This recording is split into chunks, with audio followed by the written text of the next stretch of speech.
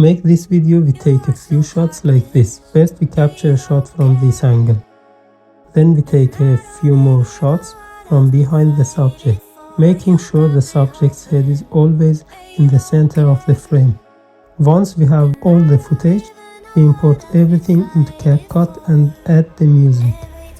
To make editing easier, I tap the beat option and turn on autobeat.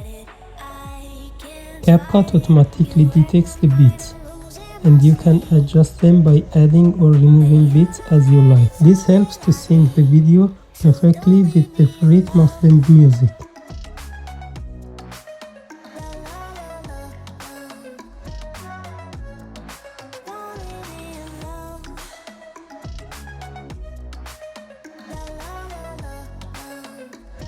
Next, to match the position of the subjects between shots, I use a marker called O.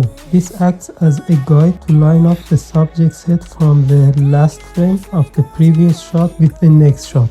This is a type of match cut, focusing on keeping the subject's head in the same position between shots. I repeat this process for all shots, starting each one with a beat of the music to keep everything in sync.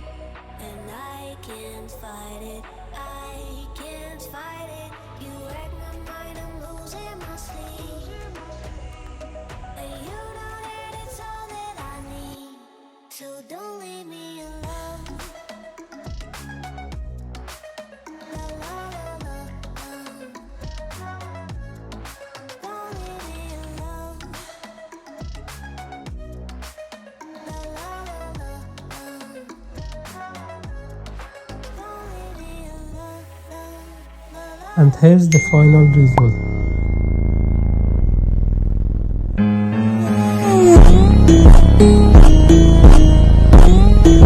If you like this video, please give it a thumbs up and subscribe to my channel. See you in the next video.